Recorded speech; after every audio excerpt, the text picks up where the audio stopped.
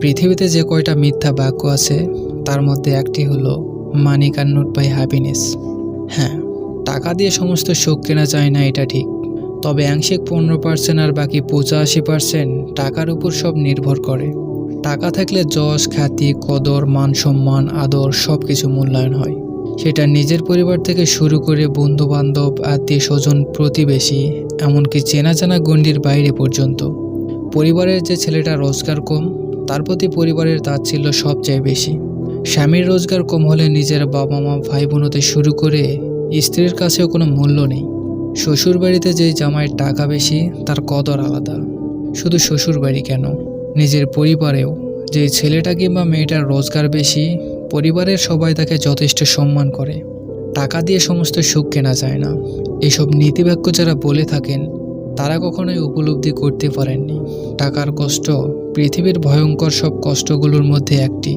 অসুস্থ সন্তানের চিকিৎসা যখন টাকার অভাবে থেমে থাকে, বা বৃদ্ধ মা বাবাকে অর্থের অভাবে সঠিক চিকিৎসা দিতে যখন সন্তান ব্যর্থ হয়, তখন শুধু তারাই জানে টাকার অভাব কী। টাকার অভাবে যখন সন্তানের চাহিদাগুলো পূরণে ব্যর্থ হয় মা বাবা, সন্তানের জন্য মাছ, মাংস কিংবা ফল কিনতে গিয়ে যখন দামের কথা শুনেই হাত গুটিয়ে চলে আসতে হয়, সেই বাবা মা উপলব্ধি করতে পারে টাকার অভাব কী। প্রিয়তমার জন্য মন চাইলে যখন একটা সাধারণ সুতির শাড়ি কিনতে গিয়েও হাত গুটিয়ে চলে আসতে হয়, এই ভেবে যে মাস শেষে একটু ডাল ভাতের বাজারে টাকা থাকবে, তো সেই স্বামী বুঝতে পারে টাকার অভাবের কষ্ট কতটা ভয়াবহ। ভবিষ্যৎ অনিশ্চিত, সেটা আমরা সবাই জানি, কিন্তু প্রতিনিয়ত টাকার কষ্টে যুদ্ধ করে টিকে থাকার লড়াই করা আরও বেশি অনিশ্চিত। পৃথিবীতে সবচেয়ে প্রয়োজনীয় জিনিস হচ্ছে টাকা। টাকা থাকলে সব আছে আপনার। আর টাকা দিয়ে কেনা সবচেয়ে মূল্যবান জিনিসের নাম হচ্ছে এক থালা ভাত। তুমি হাজার চেষ্টা করেও সবার মনের মতো হতে পারবে না, কিন্তু তুমি অন্তত তোমার নিজের মনের মতো হও। একটা পছন্দের তালিকা তৈরি করো, আর সবার প্রথমে তাতে নিজের নাম লেখো। বিশ্বাস করাও নিজেকে তুমি যথেষ্ট সুন্দর। বুঝতে শেখো তোমার হাত ধরার যোগ্য শক্তিশালী হাত সবার হয় না। তুমি বিশ্বাস করে ঠকেছ, কষ্ট পেও না, বরং গর্ব করো যে তুমি কাউকে ঠকাওনি। দিন শেষে অন্তত তুমি আয়নার সামনে চোখ তুলে দাঁড়াতে পারবে। জোর করে আমি কোনোদিন কারোর কাছে কিছু পেতে চাইনি, না সঙ্গ, না বন্ধুত্ব, না গুরুত্ব, আর না ভালোবাসা। আমি বিশ্বাস করি অনুরোধ করে ওইসব পাওয়া যায় না। তুমি নিজের দুমুঠোয় আমার জন্য যতটুকু নিয়ে আসবে, আমি ততটুকু থেকে এক ফোঁটাও বেশি চাইব না। না তর্ক করব, না ঝগড়া করব, আর না আকুতি মিনতি করব। আমার জীবনের একটা নিয়ম আছে, আমি দেখি হয় চুপচাপ পাশে থেকে যাই আজীবন, আর না হয় চুপচাপ দরজা বন্ধ করে বেরিয়ে আসি। শেষ দেখা বড্ড ভয়ঙ্কর। সেদিন যদি জানতাম এটাই হবে আমাদের শেষ দেখা, হয়তো আর একটু বেশি সময় তোমার সাথে কাটানোর চেষ্টা করতাম। সেদিন যদি জানতাম এরপর আর কখনো আমাদের দেখা হবে না, তাহলে শেষবারের মতো তোমার হাতটা শক্ত করে ধরে পুরো শহর ঘুরে বেড়াতাম। যদি জানতাম আর কখনো আমরা একে অপরের সাথে কথা বলবো না, তাহলে সেদিন খুব শক্ত করে তোমাকে জড়িয়ে ধরতাম। যদি জানতাম এরপর আমাদের বিচ্ছেদ হবে, তাহলে হয়তো অনেকটা সময় ধরে তোমার ওই মায়াবী চাহনিতে নিজেকে আটকে রাখতাম। একটু যদি আভাস থাকতো তোমায় আর পাওয়া হবে না কখনো, তাহলে হয়তো সেদিন একটা চুমু এঁকে দিতাম তোমার কপালে। সেদিন যদি জানা থাকতো আর কখনো তোমায় দেখতে পাবো না, তুমি আর ফিরে আসবে না, তবে শেষ বিদায় অন্তত বলতে পারতাম ভালো থেকো।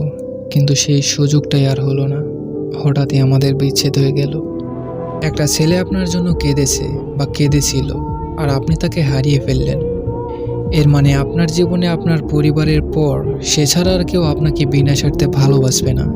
যদি হারিয়ে ফেলেন তাহলে ভাবতে পারেন আপনার মতো পোড়া কপালার কারণ নেই। হাজারো মেয়েকে দেখেছি ছেলেদের জন্য কান্না করতে, তবে খুব কম সংখ্যক ছেলেকে দেখেছি যারা একটা মেয়েকে পাওয়ার জন্য কান্না করেছে। আপনার জন্য একটা ছেলে কান্না করেছে মানে ধরেই নিতে পারেন আপনি ভালোবাসার অধ্যায়ে একজন ভাগ্যবতী নারী।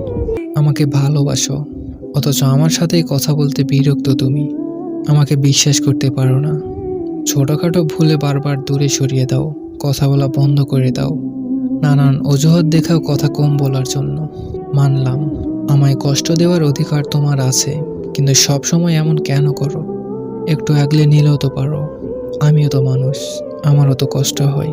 আমি তো তোমার কাছে বেশি কিছু চাইনি, শুধু একটু ভালোবাসা ছাড়া। আমারে না ঠকাইলেও পারতা। আমি তো তোমার কোনো ক্ষতি করিনি।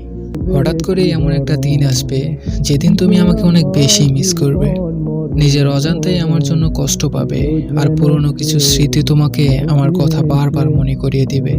তখন হয়তো তুমি একটা কথা স্বীকার করে নিবে যে ওর সাথে যা করেছি অনেক বেশি অন্যায় করেছি। শেষ আঘাতের পর আর আমি সৃষ্টিকর্তার কাছে তোমাকে চাইনি, চেয়েছি ধৈর্য, তোমাকে ভুলে থাকার ধৈর্য। তাকে ছাড়া আমি ভালো নেই এটা জানার পরেও সেই মানুষটা আমায় ছাড়া দিনের পর দিন ভালো আছে। সে চলে যাওয়ার পর প্রায় প্রতিটা রাত আমার নির্ঘুম কাটে, এটা জানার পরেও সেই মানুষটা নির্দ্বিধায় ঘুমিয়ে পড়ে। আমার শখের মানুষ আমাকে ছেড়ে যাওয়ার পর নিজের সব শখ নিয়ে খুব খুশি আছে। নিজের শখের মানুষের শখ হতে পারলাম না আমি, এই আক্ষেপ আমার আজীবন থাকবে। এরপর আর দেখা হবে না, এই শেষ। খুব ছোট্ট একটা লাইন, একটা বড় দীর্ঘ নিঃশ্বাস, অভ্যাসে পরিণত হয়ে যাওয়া মানুষটার বিদায়। যাকে দেখে শান্তি লাগতো সেই মানুষটাকেই আর দেখা হবে না। শহরে হাজারো মানুষ চোখের সামনে থাকবে, অথচ সেই প্রিয় মানুষটাই সেখানে আর থাকবে না। সুন্দর স্মৃতি হয়ে থাকা জায়গাগুলোতে আবারও যাওয়া হবে, কিন্তু সেই মানুষটা থাকবে না। দীর্ঘ নিঃশ্বাসে সে ভর করবে, সেটা তাকে জানানো হবে না। সবকিছু থেকেও খালি খালি লাগবে, কারণ আর দেখা হবে না তার সাথে।